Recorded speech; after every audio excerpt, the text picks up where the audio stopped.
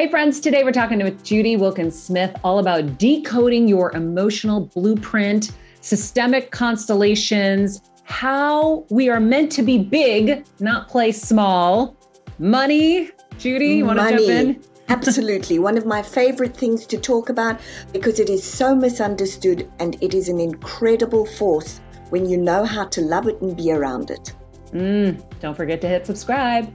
Hello, everybody. Welcome to Better Together. When you know better, you get better. That's what we do here every single day. I think we're doing a pretty good job at it. Queens, what do you think? I think we're crushing it. I agree. Crushing. Oh, man. All right. Our quote of the day. We tend to think we exist in a vacuum, that we're solitary individuals, and yet just the opposite is true. We are deeply connected. From the time we're conceived until long after we die, we're part of a multi-generational family system that goes back to the dawn of humanity. We're part of a social system thousands of years in the making. That is from Judy Wilkins-Smith, friends. Heal Squad, what up? Coming to you from Connecticut. The Queens are on the East Coast. Today, we're going to be chatting with Judy Wilkins-Smith, who wrote the book, Decoding Your Emotional Blueprint. She is going to help us with how we can transform through disentangling multi-generational patterns. I am so excited about this. Kelsey has been super excited for a really, really long time about this interview. And it is coming at the perfect time. So this show has always had incredible moments for me where a guest will come or a book will come or something will come right in the moment that I need it. And I think this is one of those moments for sure. So Judy is a highly regarded systemic work and constellations expert. I've never heard of any of this before. No, Kelsey, have you heard of this before? None of it. She's a coach, a thought partner, a motivational speaker. She has 18 years of expertise in assisting high performance individuals, Fortune 500 executives and their teams, as well as legacy families, to breaking limiting cycles, reframing challenges into lasting breakthroughs and peak performance. So today we're going to be talking all about decoding your emotional blueprint, what that really is, what multi-generational patterns are. So I'm sure you guys, I'm sure I mentioned this on the show at some point, but I've been realizing that there's this field around us that, by the way, I'm also noticing that my hands look really large on a Zoom. They don't to us. It's like normal. Pterodactyl, like some pterodactyl is in here. And I was noticing it yesterday when I was, look at how big. Oh my gosh. So funny.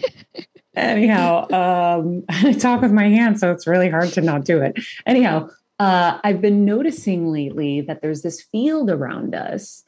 And I know that part of the field awareness is through Dr. Joe Dispenza and understanding the idea of kind of planting things in your field and helping yourself to manifest them. But I've been thinking that there's this field that I have to break things from. I have to rip some things out because everyone in our orbit is getting the same kind of stuff, right? So Kevin was breaking his teeth. And then all of a sudden, Alyssa calls me, she broke her teeth. Now, we had just been talking about it in the kitchen together. And like a week later, she calls me, she broke a tooth. And then I feel like it was probably a week or two later, I broke a tooth. I'm like, what the F? I don't break teeth. Like, what's happening here? Kevin at least is grabbing stuff and breaking, packages open with his teeth. And, he kind of deserves the broken tooth. You're like, come on, this should show you now. Don't do that. Yeah. Or like my dad got pernicious anemia a year, maybe 2 years ago. Then I got it. Now Alyssa has it.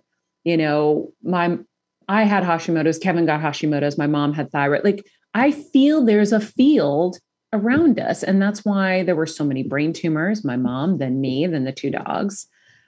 I feel like there's a field. And I didn't know where to start to try to figure it out. Other than in meditations, I'm trying to rip things out. Like I'll just say, look, no, let's collapse this field and let's get rid of all of this kind of juju, whatever it is. But I don't know how to do it. And then this came to me and I'm realizing that's exactly kind of what she's talking about, I think. Yeah. And you know what? Right? Yeah. And I'm really excited for you to talk to her because it was like, it still is really confusing to me. Like when I was reading it, I'm just like, it makes sense. Obviously she breaks it down, but it's still confusing. It's a lot. So I'm excited for, cause you're really good, Maria. I feel like at like, okay, no, explain that. Like if I don't get it, no one else is understanding it. So like really breaking it down. So that's what I'm excited for because I think that this is like game changing. Her work that she's doing is like, it makes perfect sense, but I'm just like, wait, how do I do it? What? So I'm excited. Yeah, I'm really, really excited about it. And I don't know why I'm so awake right now because love it. Sleep has been really challenging lately. Yeah. And this morning the air conditioning people showed up because we had to put a whole new system in the house and they have to get into the attic space, which is in my room. So we had to go down to your room. And so I was like, am I going to get to go back to sleep? No. But anyway, I'm wide awake. And by the way, I have a new favorite to put on our shop page at mariamenounos.com before we get into all this intense emotional blueprint stuff. So I forgot that here in Connecticut, I had an Ilia eyebrow like brush thing. It's like a tinted eyebrow thing. Do you notice a difference in my brows right now? Your brows always look good. Yeah. They look a little fuller. There you go. They look like, to me, they look like the right amount of filled in, but they're not filled in. Not too much, right? So for example, you were talking yesterday about how, I think it was yesterday, I can't remember. You were talking about how you'll put your makeup on and your eyebrows will, kind of get foundation on them and, you're trying to clean them or whatever. I feel like this fixes that and it puts them in place and it gives them just a tint of color so that they're pronounced, but not tarantulas. Ooh. I'm very, very excited about it. Okay, we'll add that to the page. And you use, I think they have a clear and a tinted. So yours is tinted. It's the tinted. Nice. It's like a light brown tint that's like so bomb. And I don't like things in my brows. I just feel like I look like I have tarantulas on my eyes if I do too much. And so I usually will just use the clear Anastasia brow stuff and maybe just do like a little line where there's like a hole or something. But I'm really, really loving this. So we're going to have to add that to our shop page. If you have not visited mariamenounos.com and visited our shop page, all of my favorites are there. Fashion, beauty, skin, etc., etc. And have we put my new leather jacket up there yet? No. What new leather jacket? It's by Lamarck. Ooh. Queenie has it. Okay. Queen, why don't you update Kelsey on some of our most recent fashion shots so we can put those up there too? Perfect. We will do that right away. That leather jacket took me a long time to find, and it is a little pricey. And the reason it's taken me a long time is because some of the other ones I wanted were like really pricey, like the Eero leather jacket. It was like over $1,000. Oh, yeah. I'm not doing that. I think this was like $595. It's a huge investment, but you'll have it forever and ever and ever. And it's bigger. So like it works with everything. I love that because I invested a while ago when I was at Nordstrom in an All Saints one, but it was more fitted and now it doesn't fit me and I'm so annoyed. And I'm like, I know I have the same thing. I bought an All Saints one because it was less expensive. Exactly. And I couldn't bite the bullet and do the more expensive ones. And I bought them and then I just kept returning them. I can't do this. I can't do this. and what the problem is I've needed this leather jacket for years. And so I'm so happy I finally got staple. It. But what? It's a staple. You need a good one. Yeah. And I used to hate the ones with the leather strap around it because I hated that dingling. But now I just kind of folded it into a knot and it's perfect. So it doesn't annoy me. I can't wait to look. Because I love that whole moto look. Mm-hmm. And so anyway, so much just good a silly transition, but friends, this show is about getting better in all areas. And so, fashion, beauty, whatever it is, we're sharing all of those on mariamenounos.com. Also the life hacks blog. So for today, when you're listening to this, just know We're going to have all the aha moments, all the huge takeaways in the Life Hack blog on the website for you, so you can check it out there.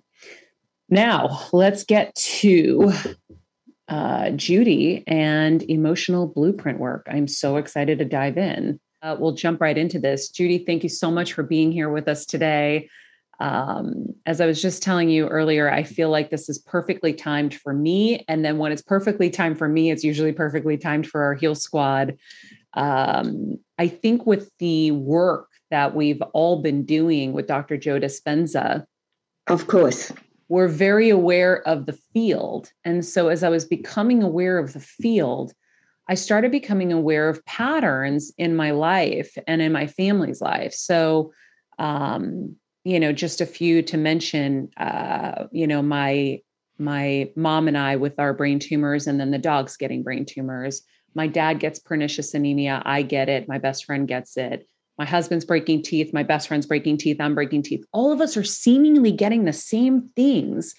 And it's very loud now. And so I feel like there's something there. And then also another thing that I've realized is we take on things that aren't ours. So I woke up one day in, maybe this last 6 months after my mom passed. And I said, wait a second, I've been so afraid of money and scarcity my whole life.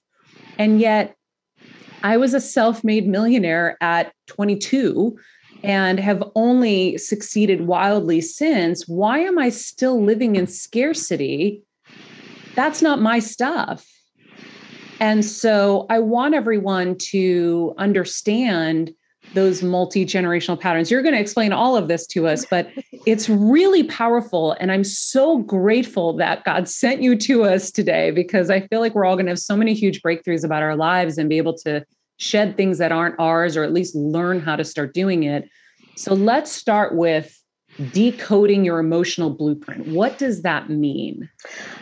So you've said so much. I mean, if you were looking at my face, I was popping with all of the stuff that you were saying. It was like, yes. So you have an emotional blueprint. You inherit your pattern of thoughts, feelings, actions, inactions, and please remind me to come back to the field.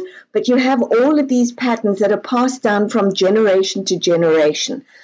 Often they're incomplete patterns, or they're patterns of strength.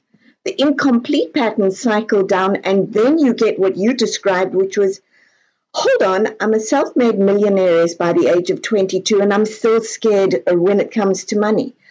So that's your money DNA. You've inherited money DNA that says, be careful of money. It's all going to go away. Watch out, watch out. Sky is falling. We're going to have feast. We're going to have famine. It won't stay around you. And so you've got all of these things sitting, but they're not yours. They don't belong to you. You actually had it right, but you didn't flip it. You know that you're capable of doing something different, but you didn't switch off what I call a self-spell or a systemic spell. You didn't switch off the little voices that said, oh, we're in trouble, we're in trouble. They were in trouble. You're not. Your sentence is, for all of you who couldn't, I did. Hey, money, you're a great friend for me. I love being around you. You're super. We've also been taught that it's either love or money. Money is the root of all evil, or love of money is the root of all evil. Not true. Lust of money, possibly. Love of money suggests wise stewardship and kindness around money. And we need to teach people around us more that money DNA, any of the DNA, is what we take it and make it, what becomes our truth. But you spoke about the field. In this work, in systemic work, we talk about the knowing field. That's the repository of all the events, everything that's ever been, everything that was said or not said, all the actions and inactions, all of the thoughts, feelings, and actions, because the thoughts, feelings, and actions are what create your emotional DNA. And epigenetics will tell you if there is a strong enough imprint on the system because of something that you feel or experience and code in as this is terrible, this is scary. If your body feels what your mind is telling it, that becomes the truth.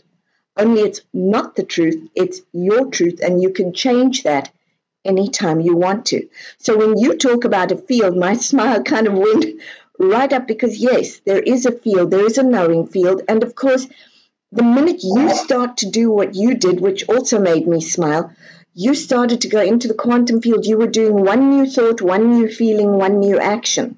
And the minute you do that, you're now no longer living ancient history. Your predictable future is no longer predictable.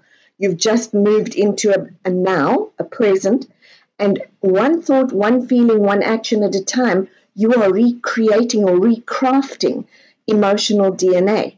So the old pattern sits here, and the new pattern's going, hey, this is the chapter that only you can write. I'm really exciting, but we have to stop this one first. This one has wisdom for this one. This one has a legacy for that one.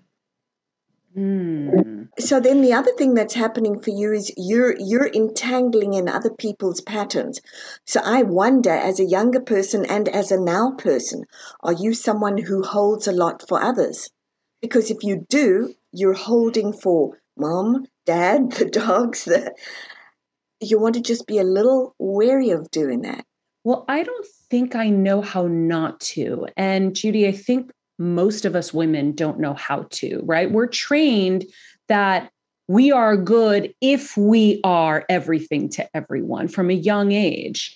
And so this is a training that goes on. It's a grooming that happens, that you're the good girl if you remember everyone's birthday and you remember to buy the flowers and you remember to send the card and you do all the things. And You're the one who shows up in the disaster. And so we have been trained to abandon ourselves for everyone else. And it's funny, I had a reading recently with a friend who's a psychic, and he was saying to me, he goes, you have to disentangle. He literally was saying this from everyone. He goes, your husband, your father, everybody, because you're so connected that you're taking everything on from all of them. And yes, I mean, I spent 5 years in the trenches taking care of my mom with glioblastoma. Right. And a couple months after she was diagnosed, I was diagnosed. Of course. I didn't realize how much of a caretaker I really was, because I was so busy doing everything that it took a long time to realize I was caretaking for my dad from the time I could actually do it as a young person. And I had to be in tune with him. My mom and I, because he was type 1 diabetic and he didn't understand the language. And there were a lot of things that were missing in translation. Right. His sugars would plummet and we would notice he wasn't home in time. So when he wasn't home on time, we knew something bad happened, and we would have to call hospitals and police stations. He was arrested once. They thought he was drunk, but he was having a low sugar attack. So we lived on pins and needles our whole lives, and we had to be so connected to him that we would know where to find him. If I was in school, I would get the feeling in my gut that he wasn't okay, and I would run home and find him comatose on the floor and have to revive him. So that was a very deep, deep level of empathic behavior, I think, to have to make sure that my dad was alive for us. It was reliant on me and my mom. What you've just nailed is what we call a systemic sentence. So the sentence that runs everything: if I am not available, if I am not tuned in, somebody will die.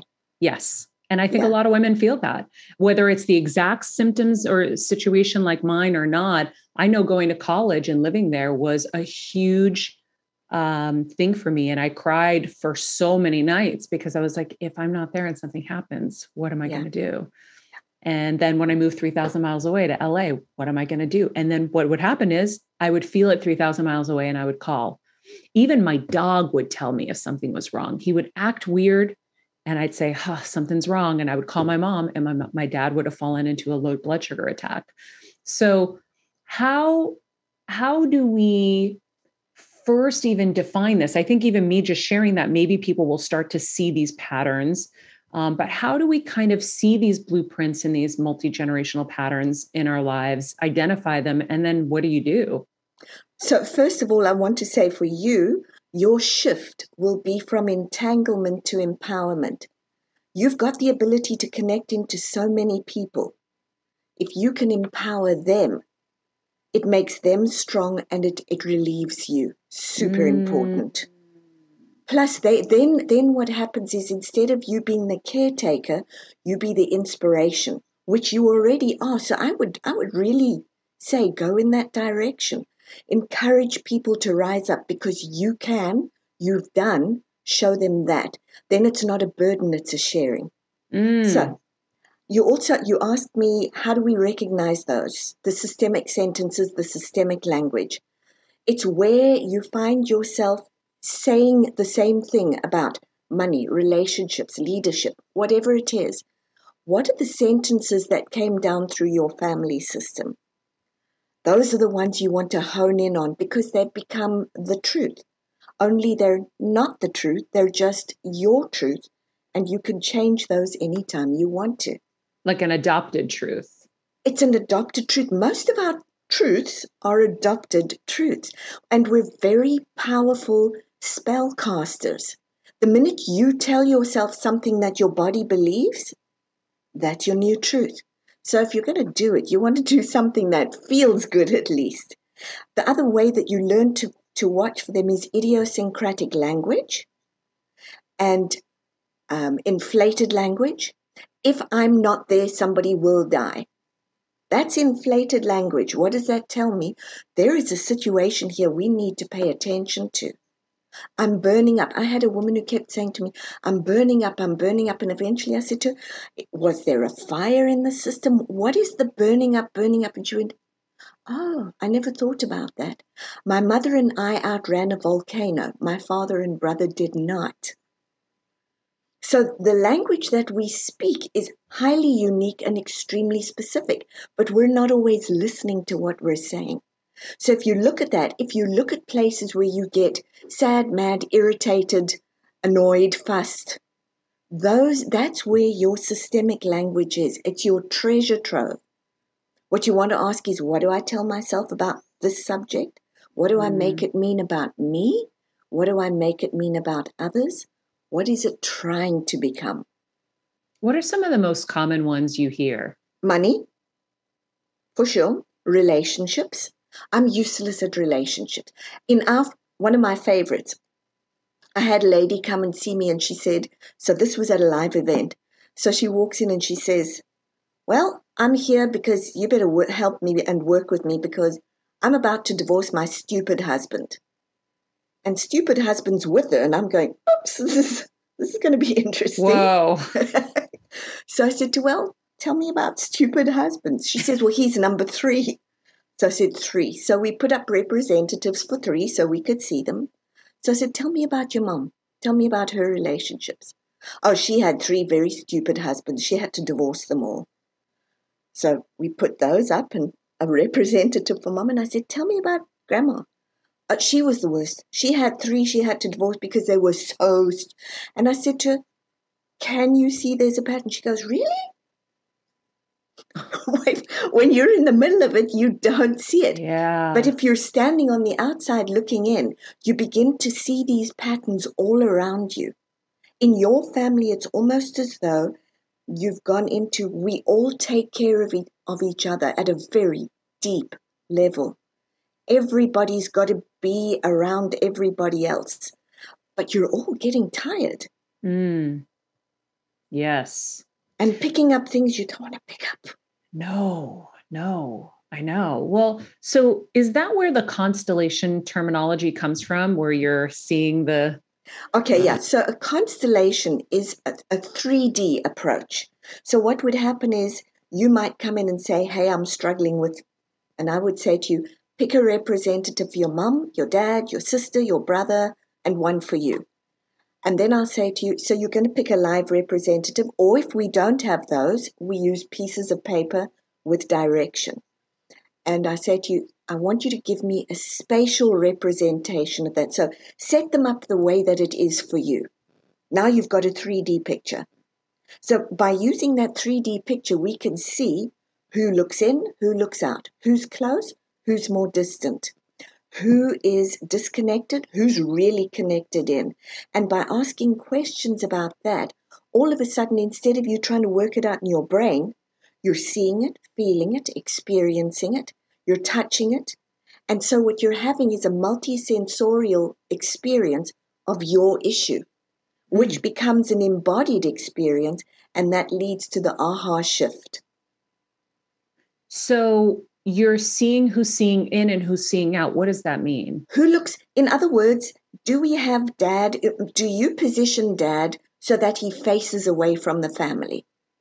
And then I would say to you, what's that about? Where's he looking? Or maybe mom faces away from the family. What happened to mom? So the way that you set people up quite unconsciously tells a story. And so what I do is walk in and say to you, tell me about that piece. Tell me about that piece. And you start understanding for yourself why things are the way they are. Hey, Maria, why is it that I see you smack in the middle of mom and dad? Were you always the super glue? Oh, yeah, that was my job. And how heavy is that for you? It can get heavy. So you're used to carrying.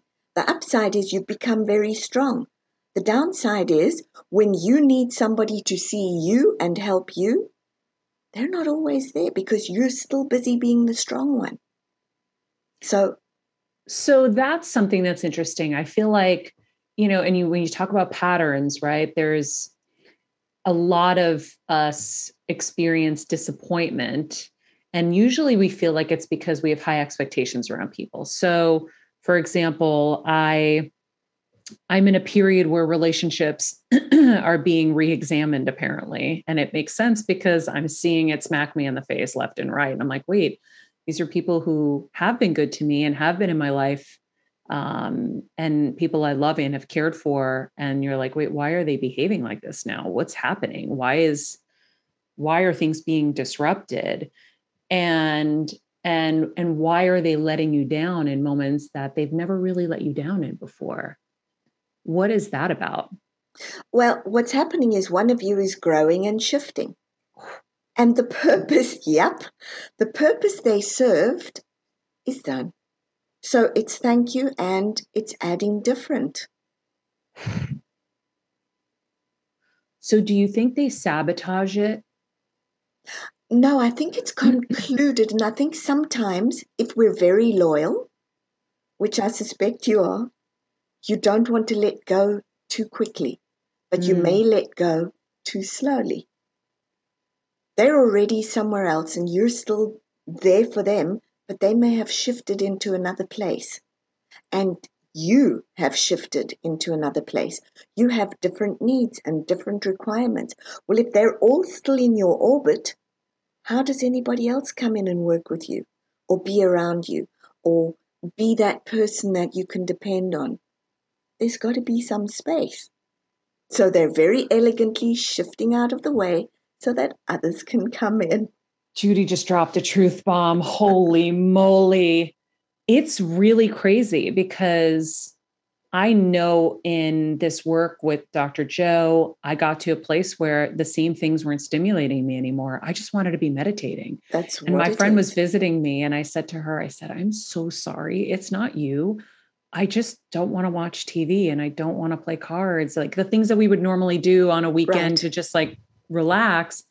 Like it doesn't feel right to me anymore. And I really just want to go and meditate and I'm so sorry. And she was super understanding and great, but I see that growth spurt happening. And what's horrible is I think a lot of us on these journeys to getting better and these, these growth journeys experience so many pain points like this, where you're confronted with these shifts and it's really sad and very lonely and very painful. And so I wonder how you coach people through those moments. Yeah. Oh, it's really exciting. We haven't been taught that it's okay to be a little different and to keep growing. And so we see something new and go, oh, they're not with me anymore, instead of, hey, look what I'm going to. Look where I'm moving. In those moments where you're wanting to meditate, you've stumbled into, not really, but you've walked into a live adventure and you are creating new emotional DNA. That emotional DNA doesn't fit anymore. You've got new emotional DNA coming and you really want to sit with, because you've discovered that life isn't just life. It's not just happening at you. It's a real, genuine, live adventure. And You're not at the mercy of a whimsical universe. You're co-creating with it. And the minute you start realizing that, and you start realizing that you are a very big being who was never meant to be small, you have a shift. I was just saying to my husband, I've had to play small my whole life. Okay, I want to talk about that. Outside of my actual job, and even in my job, people who were really unsettled by it, I had to play small for them too. But I've had to play small. And I said to him just yesterday, I don't want to play small anymore. So people who have been taught to play, we're all taught to be nice, be quiet, be humble, be small. And I have a question I ask every client I ever work with. How big are you willing to be? And they go, isn't that egotistical? And I say, the day you agree to be the biggest version of yourself is the humblest day of your life. Because it's the first time that you truly agree to be responsible for growing a full life, and you are now in service of the universe. I gotta write that down. Wow. You don't get to be small anymore. And all of those nice little let's play smalls, all they did was teach you how to belong in a small box. Yes. That's it. Your journey is not to belong in a small box. It's to create very big boxes or even beyond boxes and to take people on the journey. You're not supposed to be small and you weren't born to play small. It's okay to stop. Wow. Wow. Yeah, there's at least for me, I'll say there's always been this like limiting kind of rudder that's kept me down, and it's because of that, and I know it. And because it takes an emotional toll on you. When you have to play small, then you think small, you feel small, you don't feel your level of success wherever you are. If you're a doctor, you're a nurse, you're a teacher, whatever it is, you don't feel you when you play small. You're not being you when you play small.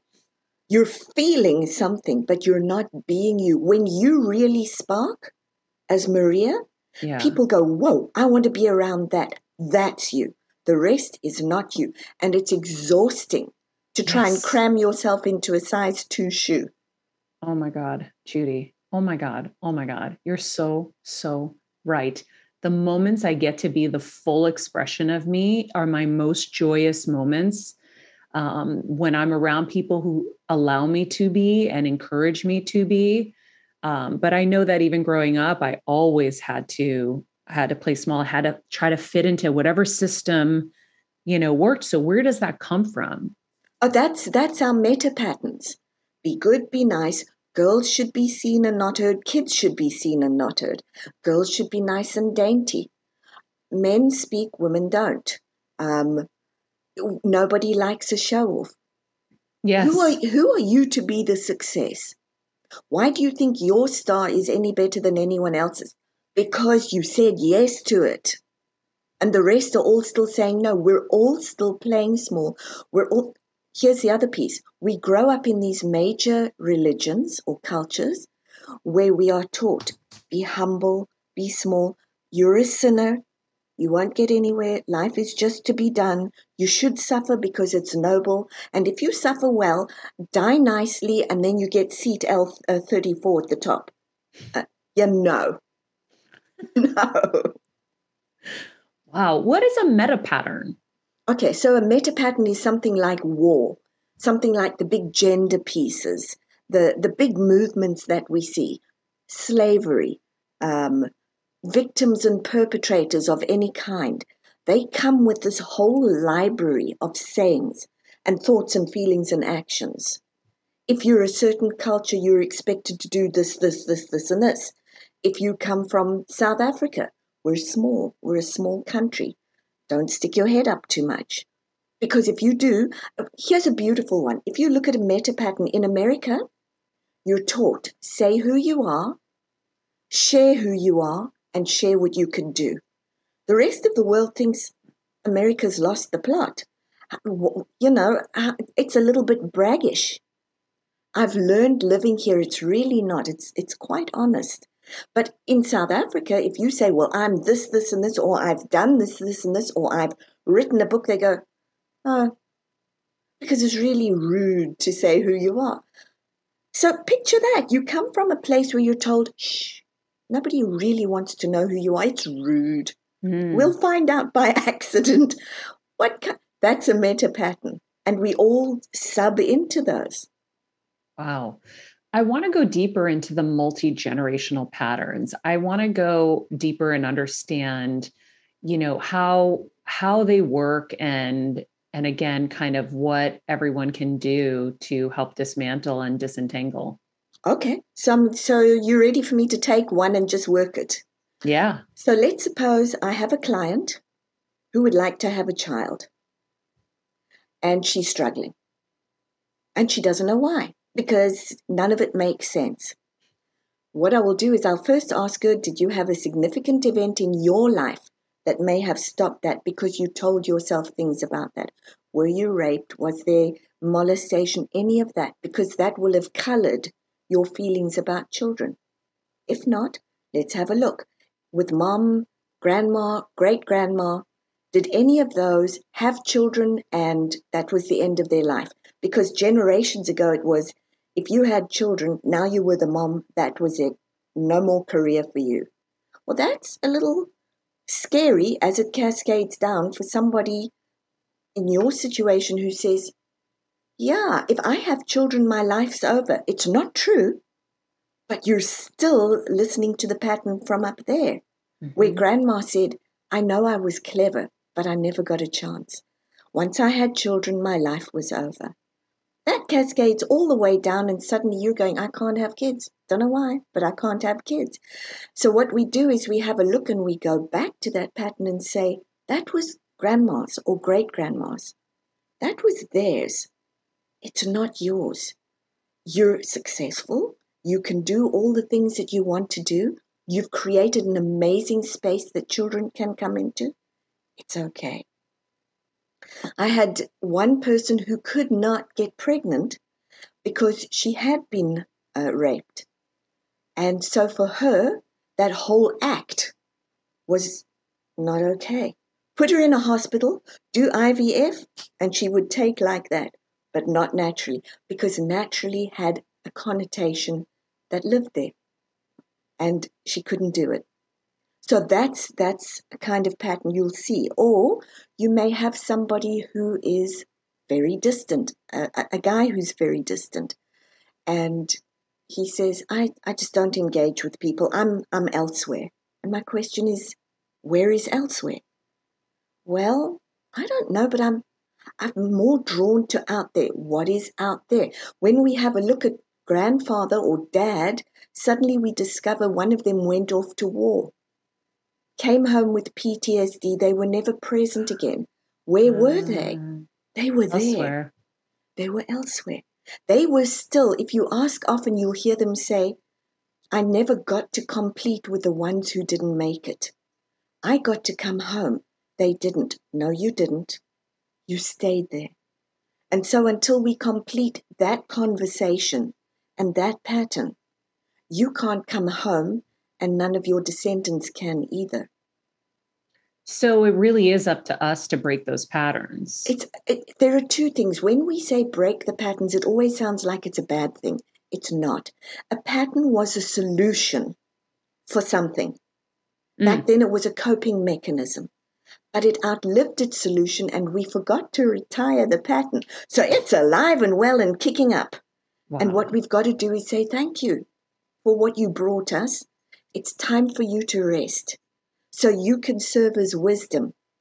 Now, what can I do differently? And what we're really asking is, how do I add a different pattern, change the pattern to something incredible? And that's the gift. There is always a gift in the old pattern. It's waiting for you to see it so that you can use it and pivot. So how challenging is that work to... Not. Really? Not. This is the beauty of constellations work or systemic work in constellations, and the beauty of the book. I've written it so that you can step yourself through it. We're conditioned to think it's going to be terrible. No. Yes, you may get a lump in your throat. You may cry. It may shift you very deeply. But I have people who come often, and you'll hear this from other people in this field. They come and they say, I've been working on this for 20 years. How has this shifted in me in an hour? How? It's because they've embodied it, they've felt it, they've heard it, seen it, tasted it, touched it, and now it can shift and live differently. So no, it is not that difficult. We've just never been taught to do it. Wow. And is it, once it's gone, is it just gone, or is it something you have to keep tending to? I would say I encourage people to rehearse it, and it's never gone. You don't lose the pattern. It shifts gear. It becomes a source of wisdom.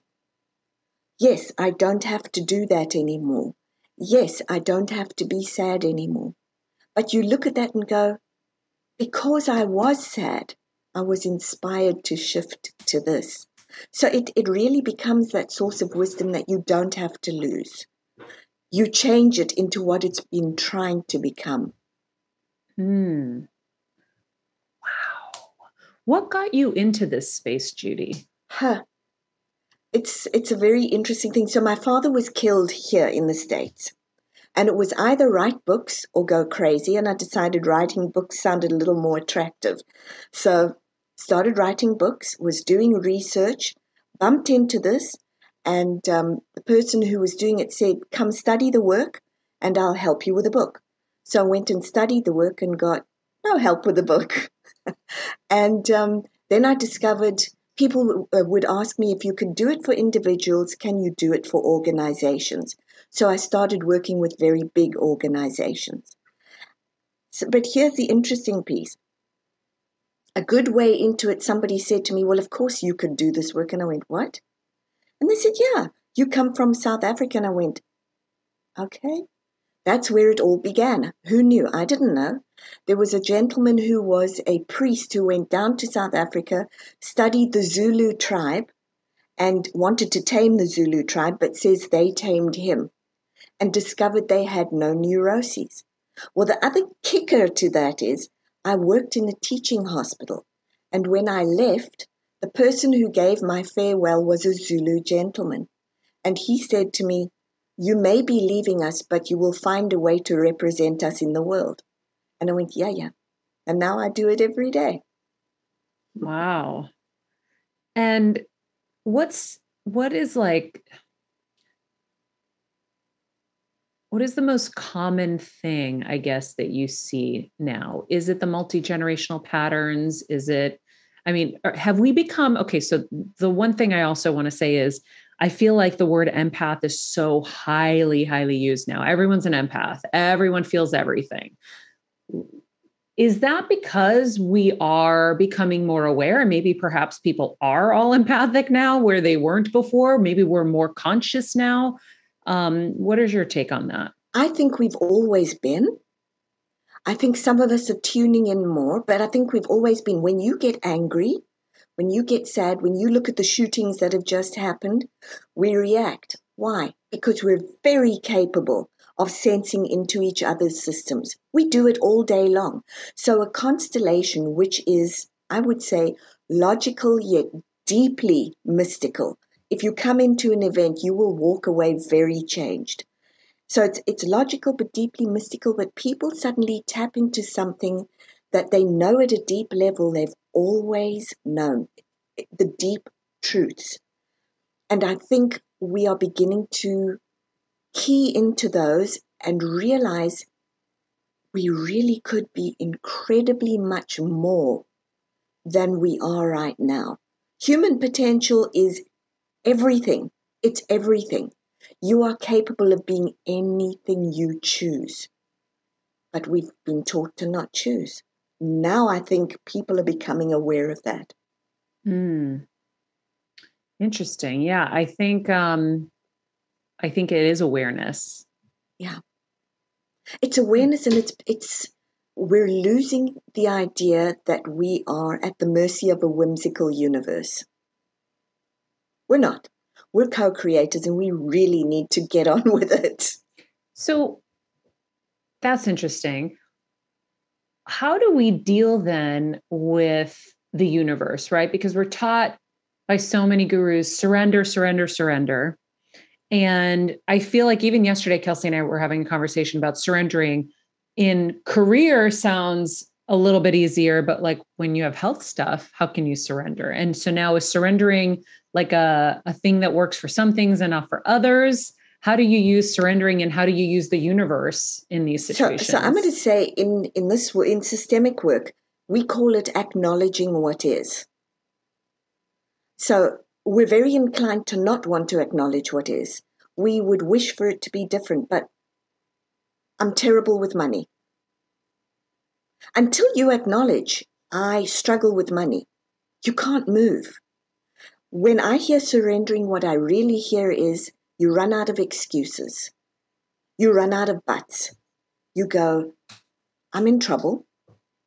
I need help. That's what I think is often meant by surrendering.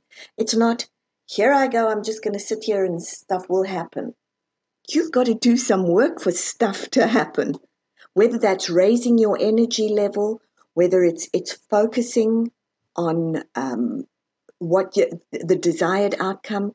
You have to do work on that. So the surrendering it's probably more stop resisting. Start acknowledging. And when you do, then what happens is your heart opens, your head opens, and the creative center turns on, the gut settles. Now you've got that lovely cohesion. And when you've got that alignment, good stuff happens. Yeah. And it's probably about letting go of all the control too, trying to control the outcomes. Absolutely. If you control the outcomes, what you're doing is you're stunting its ability to really express. You know, it's like I always say to people, you know, the Our Father who art in heaven, hallowed be thy name. Thy kingdom come, thy will be done, but could we try it my way? Yeah. Doesn't always work. It's true. Sometimes when I'm praying, I'll like say all these things and I'm like, oh, but yeah, I guess whatever it is it's supposed to be, I guess that's what we should be doing here. It's like you go in with your wants and your desires and you're like, but you know better and you have a plan and I trust your plan. I'll do my end and I'll just see what happens. And like I just shift. That's so hard for us because we don't just want to do our piece. We want to do the universe's piece too. And it's going, well, okay, knock yourself out when you're ready. I'm here. I know, right? That's so funny. Queens in the booth, Kelsey, Pooja. I know Kevin's on here too. By the way, Kevin always says, I just deal with what is when he's coaching people. I deal with what is. If anybody wants to jump in with anything, now is your moment. I love Kevin dealing with what is, because what is acknowledging what is. Here's what we got.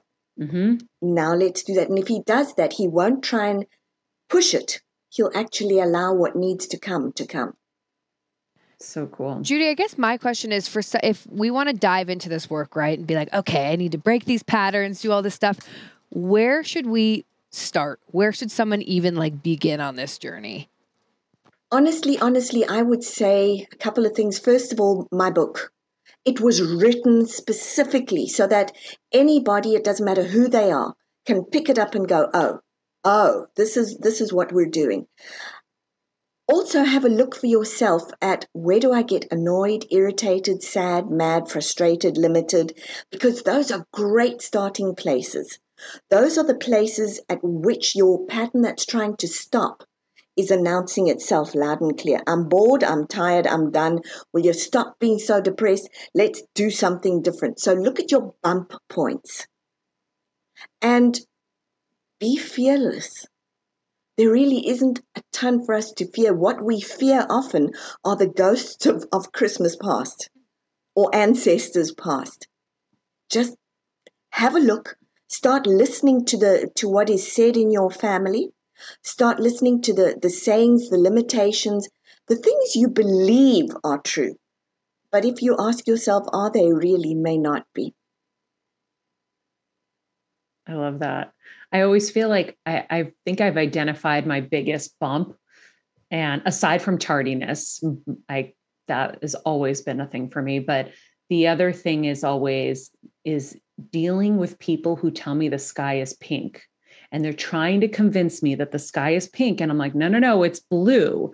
And I'm engaging with these, like, we call them pig heads, where it's like, wait, am I in an alternate universe? The sky is blue. It's not pink. And I find these people always popping up around me. I'm like, why am I surrounded by this? Because their patterns are asking to be included.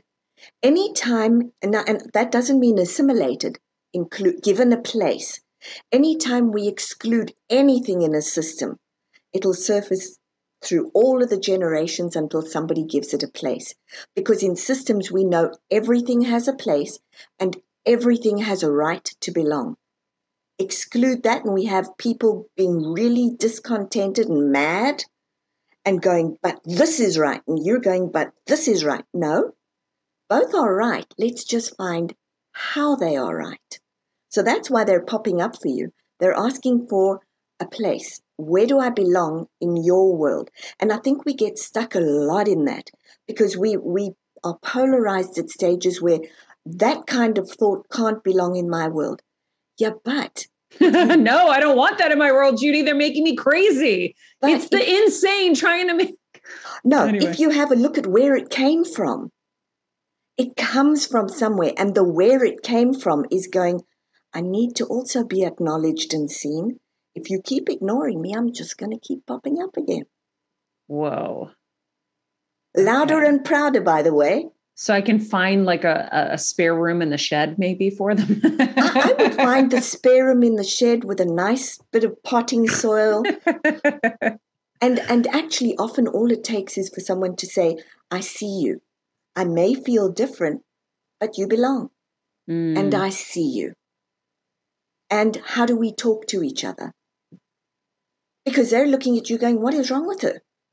And they've got this whole alternate, as you said, alternate universe. No, the universe is actually pretty big. It can accommodate us all. But when we start to exclude, we create problems. Fascinating. You talk about uncovering hidden gems and how symptoms that we experience can be gold mines. Will you talk about that? Absolutely. People who will say to me, one of the ladies who came into, she said to me, I so want to belong in my family, but I'm the one who can never belong. I'm always on the outs. I feel terrible. I want to belong. So I said to her, tell me about how does it show up in your body? My heart gets sore. I have this sore heart. So I said to her, tell me about your family. Well, my brother belongs. He's very kind of dry and he doesn't have emotions like the rest of the family. And all I ever got was little drops of love. That's all. Just little drops of love. So I said to her, so tell me about you now. Well, I'm a mom. Do you have lots of love? Oh, yes. My community loves me. My children love me. But my family. And I said to her, tell me more about your family. Well, they were Holocaust survivors. So I said to her, stop. They couldn't show emotion, could they? It was dangerous. Yeah, but all I ever got were little drops of love. And I said to her, that's all they could give you. Look what you grew from what they gave. Wow. And she went, I'm never going to see this the same again. I belong. Wow. We've just got to look. Wow. Pooja, I didn't give you a chance. Anything you wanted to jump in here on? I love what you said, Judy, about how breaking patterns isn't a bad thing, because I know, like, even when you were talking about it, I was like, oof, that's going to suck when we start doing it. But it's reassuring to hear that it's not really breaking it. It's just changing it and adapting it and evolving it to where we are now, because those old patterns served themselves back then. And we can, like you said, say thank you to them, be kind to it. We've been practicing that, with everything, things that we see as bad in our lives. We're like, no, they served a purpose. We tell them thank you. We give them the grace, and then we just change them. We just, yes. And when you say thank you, ask them, what can I add now? because that's your piece. What is the piece that only I can add? You are saying thank you, and your thanks is to do really well. That's what the system is asking you to do. Any family system, any organizational system. Just for you, I often will line people up and we talk about the pattern, and I have them one behind the other with their hands on each other's backs. And then I ask the great-grandmother or the great-grandfather to take a nice deep breath and breathe it through the generations, and when it gets to the mother or father, for them to push you forward and say, do better than us. That is your gift. Wow. This is amazing, amazing work. And I feel like we have to have a part 2 very, very soon, because there's so much that we didn't get to that I really would love to get to. The book is called Decoding Your Emotional Blueprint, a powerful guide to transformation through disentangling multigenerational patterns. It is out now. We'll put a link to this in the summary of the episode, as well as Judy's Instagram, Judy Wilkins-Smith. Judy, I would love to have you back for sure. I would love to come back. Relationship, the different DNAs we didn't get to. There's so much, but this was a good introductory. Sometimes it's like on something new that we haven't been exposed to. I love the introduction, and then we can go deeper. And so we're so grateful for you today. Thank you. Thank you so much for having me. And I love that you're doing Dr. Jo's work. It is so aligned. It's so aligned. Thank you. Kelsey, that was even a million times better than you said it was going to be. And I knew it was going to be amazing, but my goodness. I know. I've been really, really, really, really excited for her. I just knew you guys would click. So I'm so glad. Oh my God. She's amazing. And I'm so grateful that we're exposed to her work, because I think it's our next level. It's like we're layering on top of things. Like there's the Dr. Jo work and creating our lives, but there's patterns that we need to shift out of too, as we're doing this, that need some attention. So I'm mind blown. I'm going to listen to this episode 3 more times. Right? And I'm going to work with Judy, and I'm going to take that cap off the top and shoot to the moon. I told her I've played small to make people feel comfortable around me, because I knew how lonely it felt when I didn't. And the moments I didn't, just to feel the ickiness from people was really hard. And it's just a scary thing, right? I think a lot of women for sure were afraid of what level of success we can go to if we allow it. And I know that sounds weird for me to say, because I know all of you look at me and think, oh, she's so successful or whatever. And I am, but I know there are other levels that I've just shut down for a long time. Playing small is something that a lot of us do. And, and I hope that this encourages all of us to try to stop that pattern and live our full expression of ourselves, because imagine the gifts that we've been given that we are stunting and hiding because we're afraid. And sad. Or don't want to make other people, whatever, uncomfortable, this, that. Yeah, that hit me a lot too. I wrote that down. God, I've done so many things to make people feel comfortable. I've gained weight. Me too. I've done all kinds of things. And so that ends today, friends. I hope it ends for you. And in the meantime, you know what I'm going to say. Be nice people, make good choices, and be present.